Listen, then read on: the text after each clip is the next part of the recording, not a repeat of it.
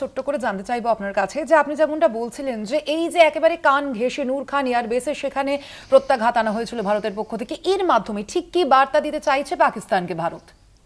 এটাও খুব প্রাসঙ্গিক প্রশ্ন। তার কারণটা হচ্ছে যে অনেক সময় হয় কি, আনুষ্ঠানিকভাবে ভারত কখনোই বলছে না যে আমরা আমরা আমরা বায়ুসেনার যে ঘাঁটি বা যেটা সেগুলোকে মানে লক্ষ্য করে আক্রমণ করছি, বা আমরা কোনো ভারত ঘোষিত লক্ষ্যটা হচ্ছে যে আমরা টার্গেটেড, ফোকাসড এবং প্রিসাইজড আমরা জঙ্গি ঘাঁটিগুলোকে নিশ্চিহ্ন করছি।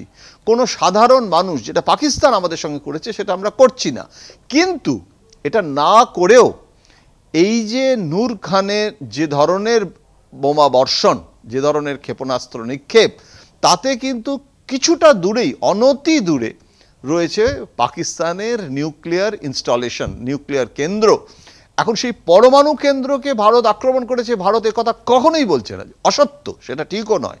কিন্তু সেটা পাকিস্তানের পক্ষেও বলা খুবই লজ্জার, কিন্তু পাকিস্তানও বলছে না। কিন্তু ওই নিউক্লিয়ার এস্টাবলিশমেন্টের কান ঘেঁষে এই যে আক্রমণটা হানা, এটার মধ্যে একটা কূটনৈতিক শুধু নয়, প্রতিরক্ষার দিক থেকেও এটার মধ্যে একটা বার্তা ভারত দিয়েছে যে আমি করছি না, আমি তোমার কানের পাশ দিয়ে করলাম, কিন্তু আমি একটা বার্তা দিলাম আমি চাইলে আমি কি করতে পারি। অর্থাৎ আমি কিন্তু দেখিয়ে দিলাম যে আমি তোমাকে একটুখানি, মানে এটাকে অনেক সময় ঠাট্টা করে আমাকে একবার টিএন সেশন বলেছিল যে আমরা অনেক সময় ভোট বন্ধ করি না, কিন্তু নানা রকমের সমন জারি করি, গোলমাল। কেন?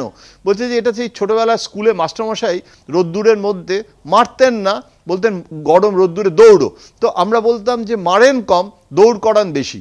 তো এটা হচ্ছে যে তুমি মারার আগে দৌড় করাচ্ছ, অর্থাৎ তুমি তাকে ভয় দেখাচ্ছ, তুমি তাকে একটা বার্তা দিচ্ছ, তুমি তাকে নানানভাবে তাকে চাপের মধ্যে ফেলছে। তখন হবে কি, সে নিজেই এই দৃষ্টান্ত, ভারতের এই আক্রমণের দৃষ্টান্তটাকে অনুভব করে ভাববে, আরে আমার কাছে তো এত অস্ত্র নেই, এটাকে মোকাবিলা করার ক্ষমতা নেই, খামোখা আমি কেন ঝামেলায় যাচ্ছি, এ তো আমি এত নিউক্লিয়ার ব্ল্যাকমেল করছি, এ তো ভবি ভোলার নয়, এ তো নিউক্লিয়ার ব্ল্যাকমেলিংয়েও ভয় পাচ্ছে না, এ তো আক্রমণ করেছে।